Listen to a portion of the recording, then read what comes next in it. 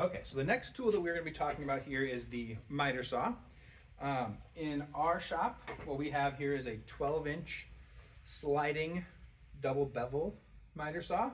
So that means it's going to move in a lot of different ways. The way we're mostly going to see it is just using it in this straight down motion. You can see here that it's got a blade guard that will automatically move out of the way as we bring the saw down. It does slide along these rails if you need to cut something that is wider than about a 2x6 like we have here. You'll have to unlock the saw so that it can slide out. We'll talk a little bit about how to do that later on. For most of the stuff we're going to cut in this class, you don't need that sliding feature, and so the saw is going to be locked in that up and down motion. Down here we've got our adjustment for angles, so we can push down on this lever here and the saw will turn. It goes all the way from 60 degrees on one side to 60 degrees on the other. We would never want to cut an angle any steeper than that. That wouldn't be a very safe cut to make. And the saw will lock into some special places. So for example, it will lock in at 45 automatically. If you need to stop anywhere else, let's say we need to stop here at about 18 degrees, which is going to be a very common angle for roofs, we can lock the saw down with this handle here. So if you're trying to move the saw and it won't, that handle is what's your problem. Loosen that up. So we're going to set it to just a nice 90-degree cut right now. The final thing it can do is it can tip side to side. We're not going to mess with that because it's fairly difficult to get it back to a nice straight 90-degree cut. So we're not going to do that unless we have a very good reason to do that.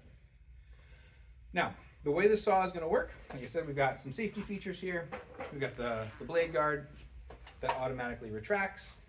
We're going to have our PPE on when we use any of these tools in the shop, always the safety glasses anytime we're in the shop, closed-toed shoes, and our dangly things, our loose clothing. So if you've got hair, necklaces, long sleeves that are dangling down, we need to make sure we secure those away before using the tool. We've finally got two switches up here that we have to use together. If we just pull the trigger, nothing is going to happen on that saw. We have to push in on this button here. If you can see, it's where my thumb is. Push in on that button there, and then when we pull the trigger, the saw is going to start. That way we can't accidentally turn that saw on as easily. Most of you are going to want to hold this saw with your right hand and have the material over here with your left hand secured.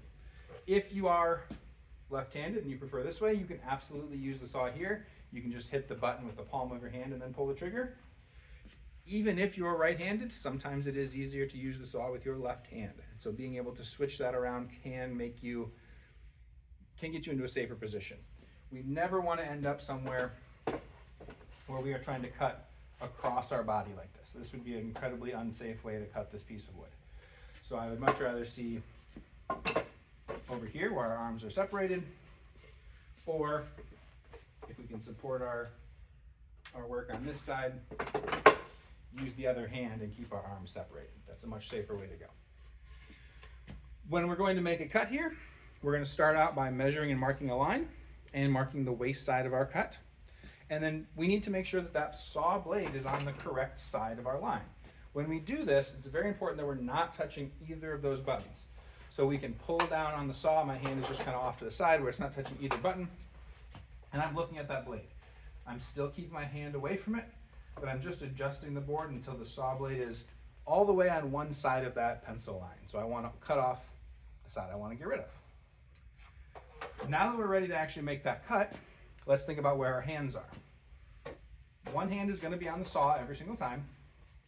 The other hand needs to be at least one hand's width away. So my blade is going to come down here. There's a hand width. My hand needs to be farther away. If you are cutting something smaller than that, the best solution is to not do that. If there's any way you can get a new piece, if you can cut it off of a bigger piece, that's going to be a better solution. We can clamp boards down if we need to, but that's going to be kind of a special thing that we're not going to be trying to do very often. Yeah, and then the final thing here is going to be when we actually go to use the saw, the order that we do things in. We're always going to start the saw first, let it get all the way up to speed, and then start making our cut. We never want to start a saw with the teeth already touching the wood. We want to get that saw plenty of time to speed up before we start.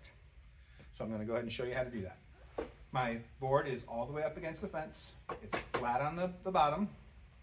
This one's not long enough to be a problem, but if it is a long piece of wood, it might be nice to have a support over on that side. We've got stands for that. So I've got my hand, I've secured the board. I'm going to start the saw, make the cut. The saw is going to come to a complete stop before I raise it back up.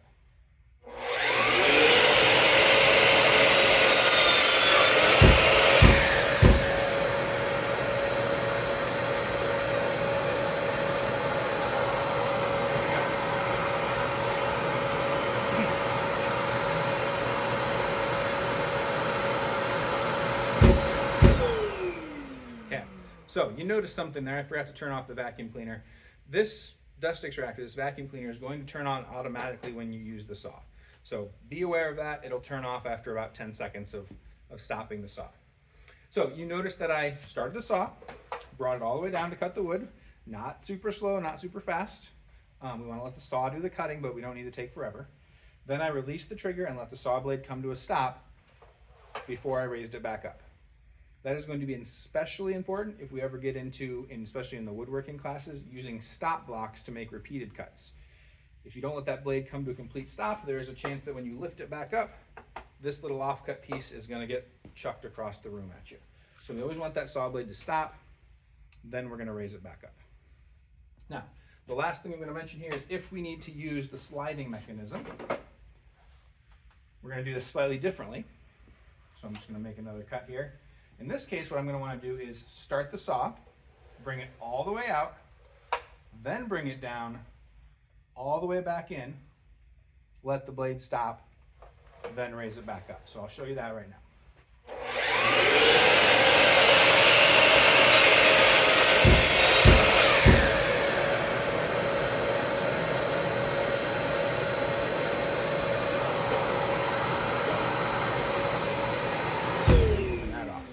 So just like that, if you need a cut of board that is wider than about 6 inches like this one is, you'll need to use that sliding mechanism on the saw.